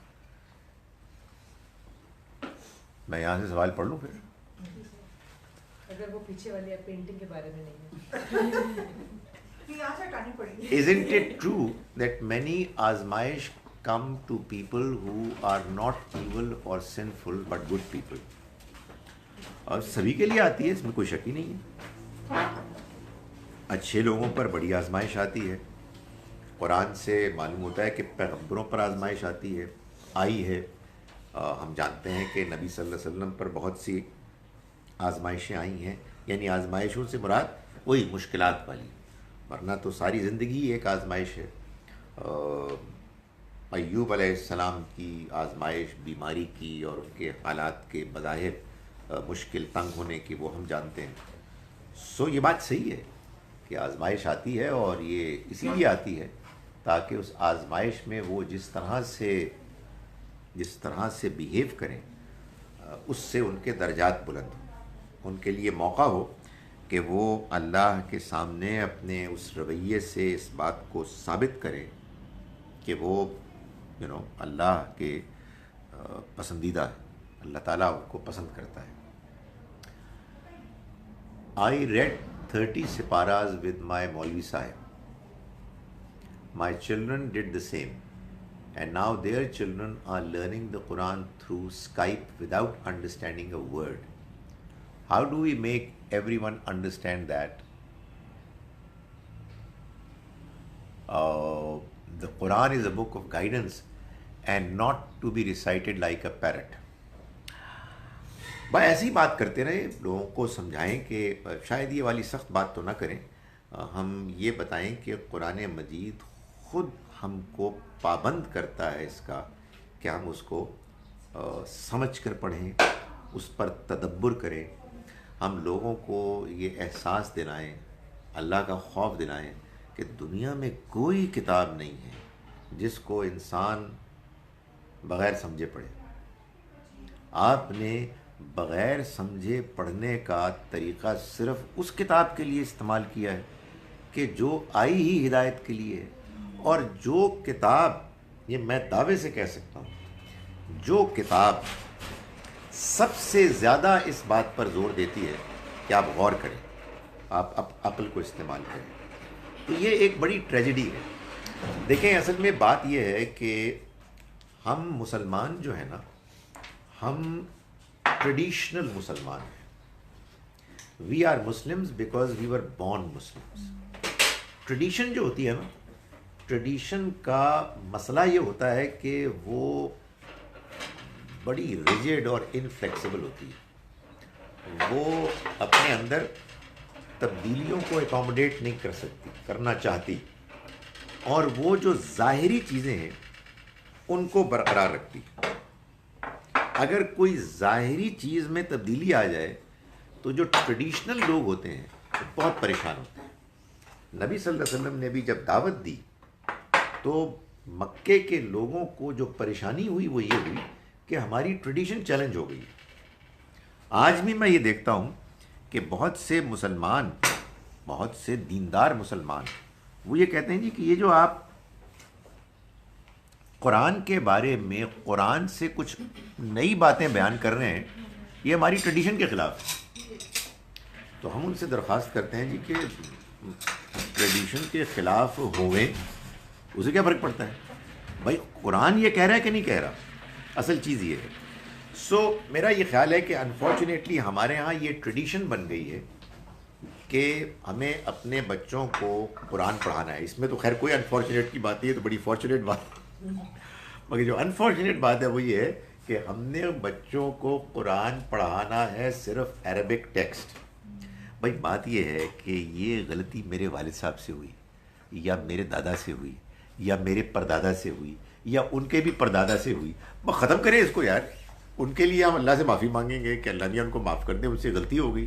مگر یہ کیا مصیبت ہے کہ آپ کے ہاں یہ ایک بلنڈر ہوا اور آپ نے طے کر لیا کہ اس کو جاری رکھنا ہے. بھائی مولوی صاحب آتے ہیں آدھے گھنٹے کے لیے تو ان کو کہیں کہ 15 منٹ پڑھاؤ عربی ٹیکسٹ اور 15 منٹ پڑھاؤ ترجمہ. 10 منٹ کے لیے آتے ہیں تو 5 کر دیں، 5 منٹ کے لیے آتے ہیں تو 2.5 کر دیں. اس میں کیا مشکل ہے؟ اینڈ آئی ٹیل یو کہ بچپن میں اگر آپ ان کو عربک پڑھائیں تو وہ پڑھنا اور سیکھنا ان کے لیے آسان ہے. ویسے تو بائی دا وے بڑی عمر میں بھی آسان ہے، کوئی اتنا مشکل نہیں ہے. اور یہ میں ایڈورٹیزمنٹ تو دیتا رہا ہوں نا کہ اگر آپ یوٹیوب میں یہ ڈالیں عربک، قرآنک عربک اور بندہ ناچیز کا نام لکھیں تو آپ ایک مولوی صاحب کو دیکھیں گے وہ انگریزی میں عربک پڑھانے کی کوشش کر رہے ہیں. 23 ہیں پروبیبلی 22 23 لیکچرز. میں یہ تو نہیں دعویٰ کرتا کہ ان کے نتیجے میں آپ کو قرآنی عربی آ جائے گی، لیکن ٹرائی تو کریں، اس کو پریکٹس کریں، اس کے ذریعے سے سیکھنے کی کوشش کریں. اب کتنا آسان ہو گیا ہے. اور میں نے تو ایک بڑی آرڈنری سی ایفرٹ کیا، مجھے بتایا گیا ہے کہ بہت سے لوگوں نے بہت اچھا سمجھایا. یہ بس کوشش ہے کہ ہم ٹرائی کریں. اور اس میں آپ کو بتاؤں، اس میں سیکھنا تو مقصد ہے ہی، سیکھنے سے زیادہ جو لذیذ چیز ہے وہ سیکھنے کا سفر ہے. اس میں اسٹرگل ہے. یعنی کیا ہوگا، آپ قرآن پڑھ رہے ہوں گے، او یہ لفظ تو میں نے پہلے بھی پڑھا ہے، یہ کیا کنسٹرکشن ہے، یہ اس پر زبر کیوں آیا ہے، وغیرہ وغیرہ. تھوڑے عرصے کے بعد آپ یہ محسوس کریں گے کہ آپ کے سامنے کوئی قرآن پڑھ رہا ہے اور آپ کو سمجھ میں آ رہا ہے کچھ نہ کچھ، تو اس سے آپ کو اور زیادہ موٹیویشن ہوگی. I mean it's an ongoing process. سچی بات ہے کہ میری عربی بھی ایسی کمزور سی ہے، لیکن قرآن سمجھ میں آ جاتا ہے. اور قرآن سمجھ میں آ جاتا ہے تو کیا بات ہے جی. ابھی مجھے کل کی بات ہے کہ مجھے کسی نے کہا، ایسی باتیں کر رہے تھے ہم تو کہ بھائی وہ سورہ قاف میں آج کل پڑھا رہا ہوں کہیں. میں نے کہا یار اتفاق سے اچھے وقتوں میں نے سورہ قاف 50th سورہ ہے وہ یاد کر لی. تو مغرب کی نماز تھی تو ہمیں ساتھ پڑھنا تھا، تو میں نے سورہ قاف کا ایک حصہ پڑھا، مجھے سمجھ میں بھی آ رہا تھا. کیا بات ہے، کمال ہو گیا. اللہ اکبر. میں کہتا ہوں کہ دنیا کی کوئی اور چیز اس سے زیادہ ایکسائٹنگ، انجوائبل، سیٹسفائنگ ہو نہیں سکتی. میں اس وقت کسی مذہبی ایگزیجریشن میں مبتلا نہیں ہوں. I am telling the truth. Sir یہ میں نے محسوس کیا کیا جب بات سے ہے. یہ پڑھنے لگی، اٹس another pleasure. تو کوئی اور ہی دنیا مزہ ہے. ہی اور ہے. تو یہ میں گزارش کر رہا ہوں کہ یہ ہماری بدنصیبی ہے کہ ہم ایک کام کرتے ہیں اور کتنا ادھورا کرتے ہیں. بچوں کو قرآن پڑھاتے ہیں، یار کتنی بڑی بات ہے، اور کیا پڑھاتے ہیں، عربی ٹیکسٹ. تو وہ دنیا بھی سوچتی ہے، ہنستی ہے کہ یار یہ کیسے ہو سکتا ہے کہ تم اس کو پڑھے. عرب تو سوچتے، وہ کہتے ہیں کہ یار یہ تم عربی پڑھ رہے ہو اور تمہیں پتہ ہی کیا پڑھ what's going on. تو یہ بالکل ایسے آپ سوچیں نا کبھی کہ آپ کہیں گے وہ انگریزی پڑھ رہا ہے لیکن پتہ نہیں اس کو کیا مطلب کیا ہے. جیسے کہ ہم ویسے کرتے تھے بچپن میں کلاس 6 میں پہلی مرتبہ انگریزی میں جب سائنس پڑھی تو اس کے سوا کوئی چارہ نہیں تھا کہ میں وہ عظیم الشان کام کروں کہ جو ہمارے ہاں اکثر اسٹوڈنٹس کرتے ہیں جس کو رٹا کہتے ہیں. تو وہ چھٹی جماعت کا سبق جو سائنس کا رٹا ہے وہ مجھے آج بھی یاد ہے. Mammals possess 3 characteristics which are not found in other type. آپ سوچیں characteristics جیسا لفظ یاد کر لیا تھا, مطلب کیا ہے کوئی ضرورت ہی کوئی نہیں, اس لیے امتحان پاس کرنا ہے. تو اٹس ویری انفارچونیٹ, اور میرا یہ خیال ہے کہ اس کی اصلاح ہونی چاہیے اور لوگ اب کے بعد بچوں کو پڑھائیں تو وہ قرآن کو سمجھنے پر اصرار کریں, یہ ضروری ہے. I have a few questions. جی پلیز پلیز. تو پہلا تو یہ ہے کہ جب کسی کی موت ہوتی ہے عموماً قرآن شریف کے سپارے وغیرہ ہوتے ہیں تو میں بھی آپ ہی کہہ سکتے ہیں کہ ترجمہ سمیت رکھیں, بغیر ترجمے کے اکثر وہاں سپارے موجود ہوتے ہیں. تو جو پڑھ رہے ہوتے ہیں ان کو تو سمجھ ہی نہیں آ رہی ہوتی, وہ عربی پڑھ رہے ہوتے ہیں وداؤٹ ریئلی انڈرسٹینڈنگ.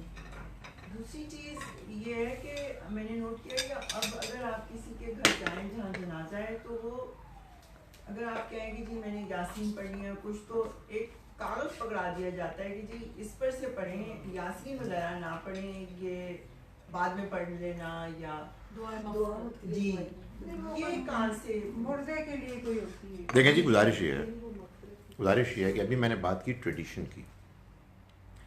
ہمارے ہاں اور ہمارے یہاں سے مراد سب کانٹیننٹ میں یہ ٹریڈیشن پیدا ہو گئی. اب یہ نہیں بتایا جا سکتا کہ کیسے پیدا ہوئی, اور بہت سی اس طرح کی ریلیجس ٹریڈیشن جو ہیں وہ سب کانٹیننٹ ہی میں پیدا ہوئی کہ جس میں ایصال ثواب کے لیے لوگ قرآن پڑھتے ہیں. آپ نے سنا ہوگا بہت ہمارے عام زبان میں یہ بات ہے کہ ان کے لیے فاتحہ پڑھیں. اس کا مطلب معلوم ہے کیا ہے؟ اس کا مطلب یہ ہے کہ ہم ہاتھ اٹھا کر سورہ فاتحہ 1 مرتبہ اور سورہ اخلاص 3 مرتبہ پڑھ کے مرحومہ کو بخش دیں. اس کا مطلب کیا ہے؟ اس کا مطلب یہ ہے کہ ہم یہ کہہ رہے ہیں کہ خدایا جو ہم نے یہ پڑھا ہے اس کا ثواب تو ان کو پہنچا دے. اس میں وائے سورہ فاتحہ اینڈ 3 times سورہ اخلاص, اس کے بارے میں لوگ یہ کہتے ہیں کہ سورہ اخلاص جو ہے وہ 1/3 قرآن ہے, ایک حدیث میں آیا ہے. تو 1/3 کو جب 3 سے ملٹیپلائی کریں گے تو پورا بن جائے گا, اور ادھر سے سورہ فاتحہ آ گیا. تو آپ ظاہر ہے کہ یہ پوچھیں گے, پوچھنے میں حق بجانب ہیں کہ ظاہر ہے کہ یہ ساری باتیں نبی صلی اللہ علیہ وسلم نے ہی بتائی ہوں گی نا, کہ جب کوئی فوت ہو تو تم ایسا کرو. نہیں, ایسا نہیں.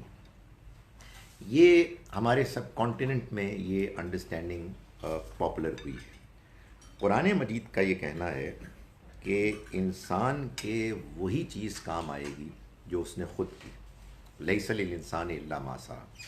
لیکن قرآن نے ہم کو یہ بھی بتایا ہے کہ اللہ کے ہاں اس کی گنجائش ہوتی ہے کہ اگر آپ نے کوئی پرفارمنس کی اور اس میں کچھ کسر رہ گئی, یا اچھی پرفارمنس کی اور اس میں بہتری کا امکان ہوا, تو اللہ تعالیٰ کی رحمت مغفرت کی طرف بھی مائل ہوتی ہے اور کمتر لیول کو بہتر لیول کی طرف پہنچانے کے لیے بھی وہ تیار ہوتی ہے, وہ فیصلے کے لیے مائل ہوتا ہے. مگر اس نے یہ بھی طے کیا ہوا ہے کہ وہ اس کو امپلیمنٹ کرنے میں لوگوں کی دعاؤں کو سنے گا. تو دعائیں ہمیں کرنی چاہیے اور جتنی چاہیں ہم کریں, اس لیے کہ اب ہمارا رشتہ اس دنیا سے رخصت ہونے والے کے ساتھ دعاؤں کا ہی رشتہ ہے. اس کے بارے میں تو اللہ تعالیٰ نے بتایا ہے. یہ جو ہمارے ہاں ہے یہ چونکہ ایک بڑی ایک مضبوط ٹریڈیشن بنی ہوئی ہے, تو اس لیے ظاہر ہے ہمارے جذبات بھی ہوتے ہیں، ہم نے اپنے بڑوں کو ایسے ہی کرتے دیکھا، اس وجہ سے بس آدمی ذرا احتیاط سے بات کرتا ہے، سمجھاتے ہوئے کہ دیکھیں اس کو دین سے سمجھیں. اور دین کے بارے میں اصول یہ ہے کہ دین صرف ہمیں حضور سے ملا. یعنی جب کبھی کوئی دینی ایکٹیویٹی کے بارے میں آپ کو معلوم ہو تو آپ سوال یہ کریں، یعنی we should ask the right questions. یہ سوال ہونا چاہیے کہ کیا نبی صلی اللہ علیہ وسلم کی زندگی میں جو لوگ فوت ہوئے ان کے لیے ایسا ہوا؟ آپ کے دنیا سے رخصت ہونے کے موقع پہ ایسا ہوا؟ نہیں، ایسا نہیں. نماز جنازہ ہوئی، دعائیں ہوئیں، اور بس جتنی مرضی دعائیں کریں آپ، مگر یہ اس ٹریڈیشن کا حصہ نہیں. دعا تو انسان اپنے دل سے کرتا ہے نا، تو اس کے لیے I don't know, I think کہ ٹریڈیشن یہ ہے کہ شاید اگر آپ کچھ آیتیں پڑھ لیں تو اس سے رتبہ ان دعاؤں کا بڑھ جاتا ہے. وہ ضرور پڑھ لیں، اس میں کوئی حرج نہیں. دیکھیں، اگر آئیڈیا یہ ہے کہ آپ قرآن پڑھ کے دعا کریں گے تو میں آپ سے اختلاف کر سکتا ہوں، لیکن میں یہ نہیں کہہ سکتا کہ یہ ٹھیک نہیں ہے. مگر ہمارے ہاں عام ٹریڈیشن میں جو انڈرسٹینڈنگ ہے وہ یہ ہے کہ یہ جو آپ پڑھ رہے ہیں اس کو ایصال ثواب باقاعدہ لفظ ہے. اس میں ہمارے ہاں لوگ باقاعدہ حفاظ کو بلاتے ہیں. حافظ قرآن بچے آتے ہیں، وہ پڑھتے ہیں اور پھر ٹرانسفر ہوتا ہے. بلکہ یہ بات یہاں تک پہنچ گئی ہے کہ بعض مدرسوں میں باقاعدہ ریکارڈ کیپنگ ہوتی ہے حفظ کی. بچوں نے حفظ پورا کیا، قرآن پڑھ لیا، اس کو نوٹ کر لیا. چنانچہ بعض لوگ کسی کے انتقال پر مدرسے میں جاتے ہیں اور ان سے نیگوشیٹ کرتے ہیں کہ جی ہمیں 50 قرآن پڑھے ہوئے چاہیے، 25 حافظ کے، 25 نان حافظ کے. ان کا یہ ہم نے ٹک کر دیا کہ یہ گئے، آپ کو مل گئے، اتنی پیمنٹ کر دیں. تو اس کے نتیجے میں آپ کو یہ بتاؤں کہ اب تو کمپیوٹر پہ آ جانا چاہیے نا، ایسا ہو جائے گا. ہمارے دین کا جو اصل پریزنٹیشن فلسفہ ہے وہ ختم ہو جاتا ہے. وہ یہ ہے کہ یہ آزمائش ہے سب کے لیے، جو جیسا پرفارم کرے گا ویسا پائے گا. لا تزر وازرۃ وزر اخری، کوئی بوجھ اٹھانے والا کسی دوسرے کا بوجھ نہیں اٹھا سکتا. لیس للانسان الا ما سعی، انسان کے کوئی چیز کام نہیں آئے گی سوائے اس کے کہ جو اس نے خود کی. اس بات کو دیکھیں، جب حضور کا کوئی ارشاد قرآن کی وضاحت کرتا ہے تو وہ اس کے ان گوشوں کو نمایاں کرتا ہے کہ جن تک ہم نہیں پہنچ سکتے. حضور نے اس میں جو اضافہ فرمایا وہ یہ تھا کہ آپ نے فرمایا کہ جب کوئی شخص دنیا چھوڑ کے چلا جاتا ہے تو اس کا اعمال نامہ بند ہو جاتا ہے سوائے 3 چیزوں کے. ایک، وہ علم کے جو وہ چھوڑ کے گیا جس سے لوگ بعد میں بھی فائدہ اٹھائیں. وہ صدقہ جاریہ کی نوعیت کا کوئی کام کہ جو اس نے اپنی زندگی میں شروع کیا لیکن اس کے مرنے کے بعد بھی لوگ اس سے فائدہ اٹھا رہے ہیں. کوئی کنواں، کوئی آرفنیج، کوئی ہسپتال، بعد میں بھی اس کا لوگوں کو فائدہ پہنچ رہا ہے، اس کو اجر پہنچے گا. نیک اولاد جو اس کے لیے دعا کرے. اس میں بھی آپ سمجھیں کہ اولاد، شاگرد، وہ لوگ کہ جو اس کے اچھے کردار، اس کے خوبیوں سے متاثر، وہ اس کے لیے دعا کر رہے ہیں. بھائی اتنی سی بات ہے. سو قرآن مجید کی روشنی میں سب کچھ سمجھنا ہے. وہ ہمارے یہاں ٹریڈیشن چونکہ بنی ہوئی ہے اس لیے ظاہر ہے کہ وہ اس طرح کے معاملات بہت ہوتے ہیں. تو سر پھر یہ بھی پڑھنا چاہیے کافی. آپ اگر یہ پڑھتے ہیں کہ میں فلاں مرحوم کے لیے، مرحومہ کے لیے سورہ فاتحہ اور 3 مرتبہ قل هو اللہ پڑھ کے ان کو بخش رہی ہوں، تو میری بالکل آرڈنری جو ہے نا رائے پریزنٹیشن یہ کہ غلط ہے. اس کا کوئی تعلق ہمارے دین سے نہیں. مطلب لفظ بخش مت استعمال کریں. ہاں، یعنی پڑھنا آپ نے، اگر آپ نے ان کے لیے کیا کرنا ہے، دعا کرنی ہے، باقی آپ جو مرضی کریں. جو دعا ہے ایک اللہم اغفر لنا ورحمنا، مغفرت کی ایک باقاعدہ دعا بنی جی جی یہ ہے جو جتنی چاہے پڑھیں آپ. ہاں جی یہ سر یہ عام طور پہ ڈسٹریبیوٹ نہیں اچھی بات ہے. سر قبرستان میں جائیں تو وہاں پر پھر یہی دعائیں کریں. یہی جائیں, یہی کریں, یہی کریں. دیکھیں میری بات سنیں, بات یہ ہے کہ میں نے پڑھی سورہ یاسین جی, تو یہ میرے والد صاحب کو کیسے پہنچے گی؟ سورہ یاسین میں نے پڑھی, ان کی آزمائش ختم ہو چکی ہے, میری آزمائش جاری ہے. میں اللہ میں سے کہہ رہا ہوں کہ جی میری آزمائش ہوگی, وہ ٹھیک ہے تیری گل, پر اے اسے پہنچا دے, مجھے نہیں دے اس کو دے دے. تو اچھا نیت میری تو وہ کدھر سے جائے گی؟ اس طرح کی کوئی چیز نہیں. یہ اصل میں دیکھیں بڑا زبردست ایک رومانٹک تصور ہے کہ ایک صاحب فوت ہو گئے اور میں ان کو تحفہ پہنچا رہا ہوں. جی سر یہ کیوں اتنا prevalent ہے؟ I was at my یہ کہ entire passed away. There was an entire dars in which I wanted to get up and it was really rude that I wanted to, but this guy kept on saying this. وہ چنتے ہیں اور جن کو وہ چنتے ہیں جو گئے ہوتے ہیں آگے وہ چنتے ہیں, لیکن ایک بندہ وہ چن نہیں رہا تھا. Every time there is this. Why do people believe it? اس کی وجہ ہے کہ آپ کے پاس جب ایک اپنے حلقے کا پروفیشنل مولوی موجود ہے تو آپ دوسروں کو کیوں بلاتے ہیں؟ سر وہ میری ہماری ان کی نہیں ہے نا, ایک خاندان میں بھی اختلاف ہوتا ہے نا کہ جی نہیں یہ صحیح میں تو ہے, خاص یہ طور غلط. پر اس طرح کے موقع کھڑے ہونے کا کہتے ہیں اسپیشلی کہ اب رسول پاک آ گئے ہیں تو اب آپ دیکھیں تحسین کے لیے اس میں دو باتیں جان لیں, کھڑے ہونے ہوں یا بیٹھنا ہو یا قرآن پڑھنا ہو یا نہیں پڑھنا ہو. آسک ون کوشچن, کیا یہ سب حضور سے اوریجنیٹ ہوا ہے یا نہیں؟ اور اس کے جواب میں اگر کوئی جواب دے کہ حرج کیا ہے تو اس جواب کو نہ سنیں.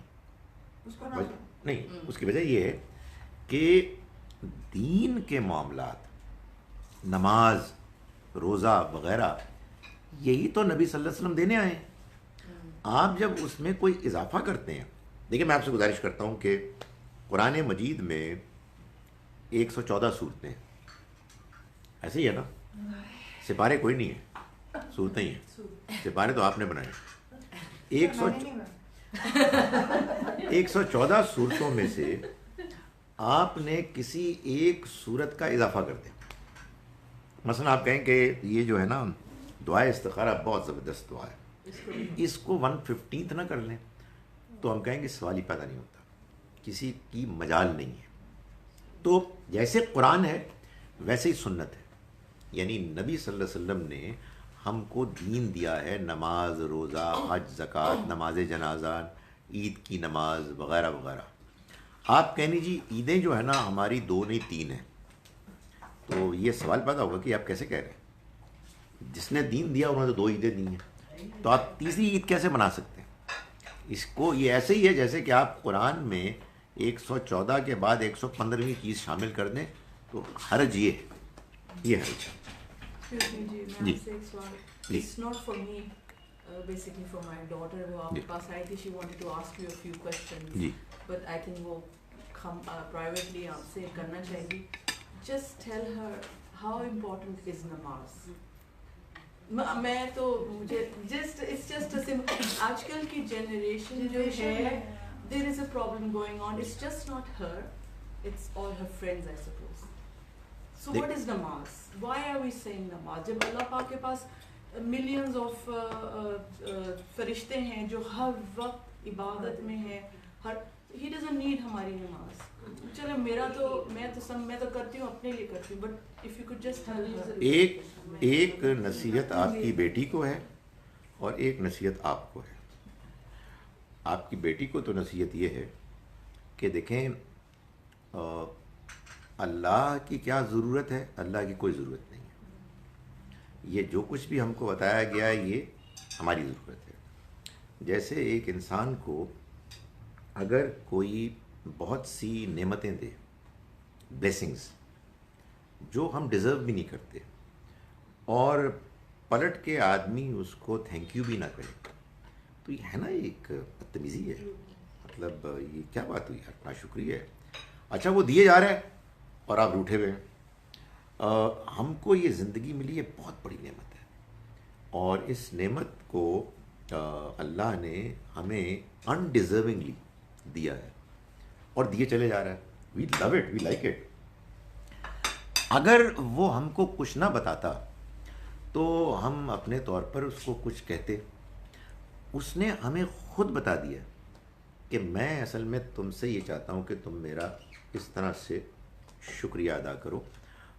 مجھے نہیں ضرورت ہے، تمہاری ضرورت ہے. اصل میں تم اگر ایسا نہیں کرو گے تو تم خراب ہوگے. اس میں آپ سے ایک اور بھی گزارش ہے کہ اگر آپ بیٹی دیکھیں کہ نماز کیا ہے، بہت سمپل ہے. یہ ہمارے ہاں لوگوں نے اس کو بہت مشکل بنا دی ہے.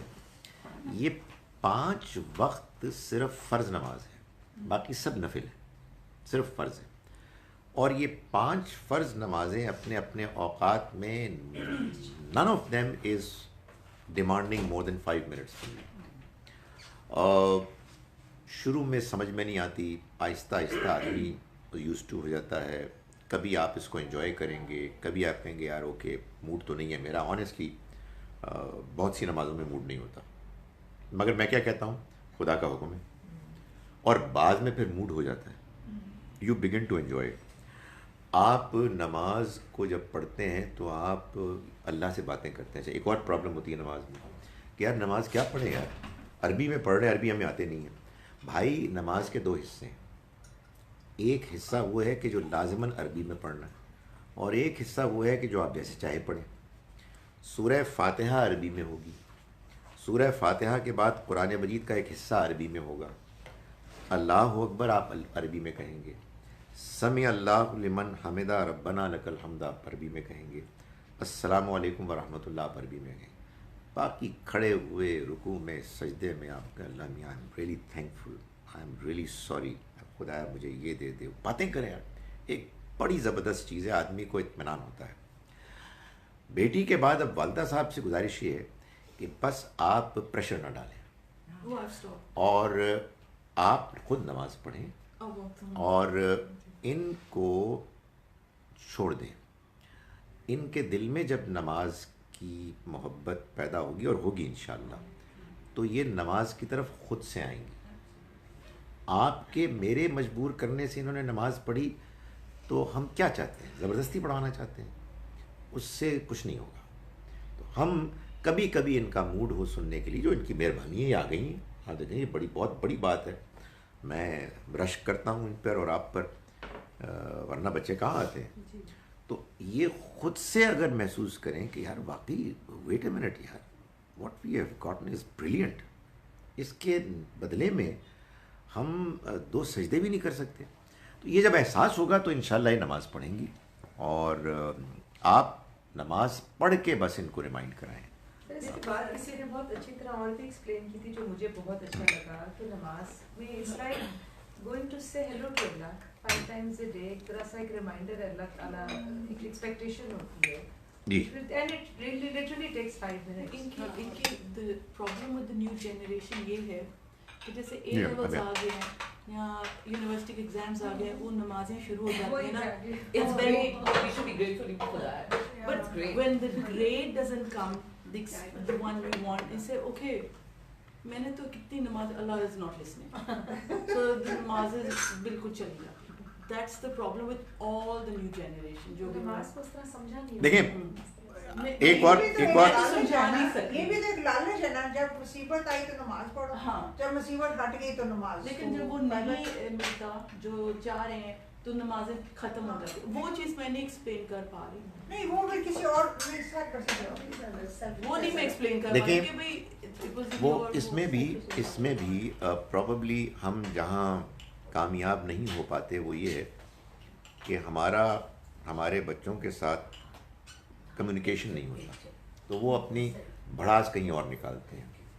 ورنہ ہم ان کو یہ سمجھائیں کہ جس سے آپ نے دعا کی تھی وہ آپ سے زیادہ آپ کا بھلا چاہتا ہے اور جانتا ہے.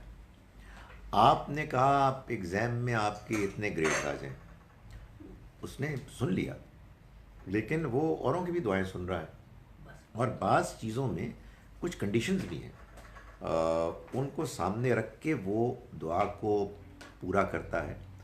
اور وہ جانتا ہے کہ آپ کے لیے اوور آل انالیسز میں کیا چیز بہتر ہے. تو بعض اوقات اگر آپ کی دعا آپ کی مرضی کے مطابق پوری نہیں ہوئی تو اس کا یہ مطلب نہیں کہ آپ کی دعا سنی نہیں گئی. آپ کے لیے جو پوری زندگی میں جو ایک ٹوٹل پکچر بنتی ہے اس میں جو کامیابی ہے اس کو اللہ تعالیٰ نے آپ کے لیے طے کرنا ہے. بعض اوقات آنیسٹلی یہ بہت سے لوگوں کا ایکسپیرینس ہے کہ کسی خاص ایگزام میں ان کا رزلٹ اچھا نہیں آیا and in the long run it turned out to be good for them. ابھی وہ میں آج ہی ایک آیت پڑھ رہا تھا قرآن مجید کی کہ وَعَسَىٰ أَن تَكْرَهُوا شَيْئًا وَهُوَ خَيْرٌ لَكُمْ، یہ بہت ممکن ہے کہ تم ایک چیز کو ناپسند کرو اور وہ تمہارے لیے بہتر ہے. وَعَسَىٰ أَن تُحِبُّوا شَيْئًا وَهُوَ شَرٌّ لَكُمْ، اور یہ بہت ممکن ہے ایک چیز کو تم پسند کرو اور وہ تمہارے لیے بری ہو. وَاللَّهُ يَعْلَمُ وَأَنْتُمْ لَا تَعْلَمُونَ، اللہ جانتا ہے تم نہیں جانتے. میں اس کی مثالیں دے سکتا ہوں کہ جس میں خود میرے ساتھ بعض ایسے واقعات ہوئے کہ جو جب ہوئے تو میرا یہ خیال تھا کہ اس سے زیادہ بری چیز کوئی نہیں ہوئی، اور اب میں جب اس کو دیکھتا ہوں ہائنڈ سائٹ میں تو میں محسوس کرتا ہوں کہ اس سے زیادہ صحیح کوئی چیز نہیں. تو یہ اللہ جانتا ہے. اس لیے اصل میں آپ کو اللہ کی دنیا میں رہتے ہوئے اللہ کے ساتھ ایڈجسٹ کرنا ہوگا، اور وہ جو کہا نا کہ دوستی کرنی ہوگی کہ جی آپ اس کے ساتھ کریں. اس کی دنیا میں آپ انشاءاللہ مطمئن بھی ہوں گے، خوش بھی ہوں گے.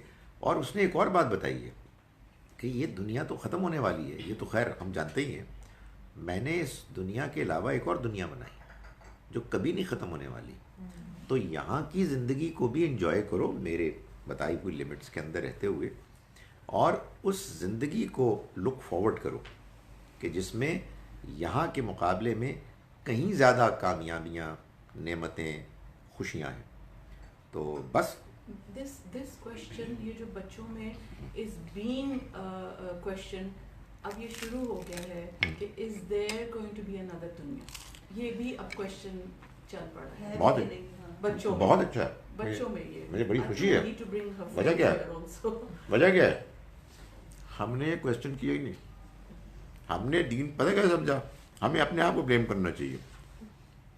انہوں نے کہا دادا جان نے کہا ایک آخرت ہے. بے شک بے شک. ارے بھائی خدا کے واسطے یار ہمت نہیں بھائی، میں اس پر بہت خوش ہوں کہ بچے کوشچن کرتے ہیں، بچے ڈس ایگری کرتے ہیں، بچے ڈاؤٹ کرتے ہیں. آپ یقین جانیں یہ قرآن انہی کے لیے، ہمارے لیے تو ہے ہی نہیں، کیونکہ ہم نے تو فیصلہ کر لیا کہ ہم نے قرآن سمجھ کے نہیں پڑھنا، تو ہمارے لیے تو قرآن نہیں ہے. ان کو قرآن مطمئن کرنے کے لیے آیا ہے. میں آپ کو بیٹی بتاتا ہوں کہ آپ کرٹیکلی قرآن کو پڑھیں، یعنی اس کو سمجھنے میں جو کوشچنز پیدا ہوتے ہیں ان کو ریز کریں. آپ پوچھیں، مجھ سے پوچھیں، میرا جواب آپ سمجھیں کہ نہیں یار کمزور ہے، نہ مانیں، but make it a point کہ آپ نے کوئی کمزور ردی بات نہیں ماننی. اور بات اس لیے نہ ماننی ہے نہ ریجیکٹ کرنی ہے کہ وہ ان فیشنیبل ہے یا فیشنیبل ہے یا میری خواہش کے مطابق ہے. آپ کو ایک چیز طے کر لینی چاہیے، I want to know the truth, right. اچھا، اس میں آپ کو ایک اور بات بتاتا ہوں. ایک اور جو رکاوٹ پیدا ہوتی ہے وہ یہ ہوتی ہے کہ بچے کیا بڑے بھی کہتے ہیں کہ بھائی بات سمجھ میں آ گئی تو اور مشکل پڑ جائے گی، یہ کرنا پڑے گا، یہ چھوڑنا پڑے گا. یہ بھی ایک خوف ہوتا ہے. تو بندہ کہتا ہے اس کو ذرا رکھو، بعد میں جب 40-45 سال کے ہوں گے، 50 سال کے ہوں گے پھر کریں گے. میں آپ کو یہ بتاؤں کہ سچی بات کو سمجھنا صحیح طور پر وہ آپ کو ایسا حوصلہ دیتا ہے کہ پھر انسان کے لیے کرنا یہ مشکل نہیں رہتا. مگر اس کو ایک اور اینگل سے دیکھیں، کرنے کو بھول جائیں. Just tell yourself that I want to know the truth. ابھی میں کرنے میں انٹرسٹیڈ نہیں ہوں. جسٹ انڈرسٹینڈنگ میں ڈنڈی نہ ماریں کہ جی because I don't like it, because it is unfashionable یا because it's it's against my desires, تو it's a good idea not to even listen to it. یہ نہ کریں. سچائی کو جانیں، پروب کریں اور کہیں یار میں کمزور میں نہیں کر سکتا، اللہ حوصلہ دے گا. سو میرا خیال ہے کہ یہ بہت خوشی کی بات ہے آنیسٹلی. تو ہمارا جو ہے وہ ہمارا جو رویہ ہے وہ کویسچنیبل ہے کہ کیا ہم کیا کرتے رہے، جو بتا دیا اس پر عمل کر لیا. تو مجھے آپ یہ بتائیں بیٹی، آپ نے کبھی خیال آتا ہوگا، یہ بڑا صحیح سوال پیدا ہوتا ہے کہ بھائی ہم نے جو ہمارے بڑوں نے کہا وہ کیا، اور پھر ہم نے سوچا کہ اس کے بعد انشاءاللہ ہم جنت میں جائیں گے. لیکن اگر کرسچنز نے وہ کیا جو ان کے بڑوں نے کہا تو وہ جہنم میں جائیں گے. ہائے اللہ، ہائے اللہ، اس بات کو کسی سمجھدار آدمی کو کیسے سمجھائیں یار. تو یہ اگر میرے بچے یہ پوچھ رہے ہیں تو یہ ان کا حق بنتا ہے، میں ان کے ساتھ کھڑا ہوں، اس لیے کہ اس سوال کا وہ جواب جو ہمارے معاشرے میں دیا جا رہا ہے it is absolutely in acceptable. کہ ہم جو مسلمان پیدا ہو گئے ہیں 22-23%، بیکاز ہم صحیح جگہ پیدا ہو گئے ہیں الحمدللہ. غلط کام کریں، جھوٹ بولیں، مکاری کریں، کامیاب ہو جائیں گے. اور وہ چونکہ غلط جگہ پیدا ہو گئے اب جو کچھ بھی کریں وہ ناکام ہوں گے. خدا تعالیٰ الحمدللہ یہ نہیں کہتا. میں آپ کو بتاؤں، میں لوگوں کو کہتا ہوں کہ آپ قرآن مجید میں پڑھیں. قرآن میں اللہ تعالیٰ نے ایک فرمایا، ایک آیت میں، سورہ ہود ہے، اس کی آیت نمبر 118 ہے، جس میں اللہ تعالیٰ فرماتے ہیں کہ وَلَوْ شَاءَ رَبُّكَ، اگر تمہارا رب چاہتا، لَجَعَلَ النَّاسَ أُمَّةً وَاحِدَةً، تمام انسانوں کو ایک دین پر پیدا کر دیتا. وَلَا يَزَالُونَ مُخْتَلِفِينَ، لیکن وہ اختلاف کرتے رہیں گے. یہ جو ڈفرینسز آف اوپینین ہیں ریلیجن میں، ریلیجن کے ایک گروپ کے اندر اور باہر، یہ خدا تعالیٰ کا ڈیزائن ہے. اور یہ کیوں ہے؟ تاکہ وہ لوگوں کو آزمائے. اگر ہم سارے ایک مذہب سے ہوتے اور ایک فرقے سے ہوتے اور ایک ہی مولوی صاحب کی بات مان رہے ہوتے تو ہمارا دماغ ہی نہ ہوتا. ہم کہہ رہے ہوتے بس بے شک بے شک، اور کچھ نہ سوچتے. یہ پرپز ہی نہیں ہے. پرپز یہ ہے کہ آپ کا ویو اور ہے، آپ کا ویو اور ہے، اور خدا تعالیٰ نے مجھے اس سینیریو میں بھیج کے یہ چاہا ہے کہ میں دیانت داری سے اپنی عقل کو استعمال کر کے یہ جاننے کی کوشش کروں کہ سچائی کیا ہے. اور اللہ تعالیٰ، یہ آپ فکر نہ کریں، جو کچھ بھی مسلمان کہہ رہے ہیں یا یہودی کہہ رہے ہیں یا عیسائی کہہ رہے ہیں، سب کی یہ بیماری ہے. عیسائی کہتے ہیں صرف ہم جائیں گے، یہودی کہتے ہیں صرف ہم جائیں گے، مسلمان کہتے ہیں صرف ہم جائیں گے. خدا تعالیٰ کا کہنا یہ ہے کہ وما انا بظلام للعبید، میں اپنے بندوں کے ساتھ رتی برابر بھی زیادتی نہیں کروں گا. کیسے کرے گا؟ وہ انصاف کرنے والا ہے، وہ رحم کرنے والا ہے. تو اس لیے آپ قرآن کو پڑھیں، اللہ سے دعا کریں کہ وہ آپ کو صحیح بات سمجھائے، ہدایت دے. اور ایک دنیا ہے سیکھنے کے لیے. I have another question. جی سر میرا بھی سوال. ارشاد. سر اس میں کیا کرتا ہوں کہ جو ہوسٹ ہوتے ہیں نا ان کو کہتا ہوں کہ آپ اس کو کنڈکٹ کریں. جی سر وہاں سے پہلے دیکھیں. وہاں سے دیکھوں. وہ پوچھ رہے ہیں کہ کیا یہ لیسن ریگولرلی ہوتا ہے؟ جی ریگولرلی ہوتا ہے. یہ ہر سیٹرڈے کو یہاں ہوتا ہے. 11 بجے ہم قرآن کا ترجمہ سیکھتے ہیں، 11:30 بجے ہم یہ تفسیر ہوتی ہے. سر میرا بالکل چھوٹا سا سوال ہے کہ اللہ اکبر جو نماز میں ہاتھ یوں کر کے کرنی ہے یا سامنے کر کے؟ دیکھیں، ہاتھ اٹھانا ہے. جی اس میں جو باقی باتیں ہیں تفصیل کی، وہ لوگوں نے جیسے جیسے نبی صلی اللہ علیہ وسلم کو دیکھا ہے ویسے ویسے بیان کیا ہے، اور اس بیان میں لگتا ہے کہ زیادہ امکان یہی ہے، مگر اصل چیز ہے ہاتھ اٹھانا. میں یہی کرتی ہوں لیکن کسی نے مجھے کنفیوز. باقی چیز جو ہے وہ اچھی اور کم اچھی کی بات ہے. اور سر دوسری، وہ میں نے پہلے بھی پوچھا تھا، میں نے ابھی ایک شادی کا میلاد اٹینڈ کیا تو انہوں نے اس وقت کہا کہ کھڑے ہو جائیں. وہ چونکہ سارے کھڑے ہو رہے تھے تو ایک دفعہ پہلے میں کھڑی نہیں ہوئی تھی تو وہ بڑا، بس اس موقع پر آپ اللہ سے ہمت مانگیں کہ اے خدایا تو مجھے ہمت دے کہ میں لوگوں سے متاثر نہ ہوں، مجھے تیرا ڈر ہو اور تیرے موجود ہونے کے احساس کی وجہ سے میرے اندر وہ طاقت آ جائے کہ میں ان لوگوں کی بات کو نہ مانوں. اللہ سے دعا کرنی چاہیے. میں نہیں کری گئی تو مجھے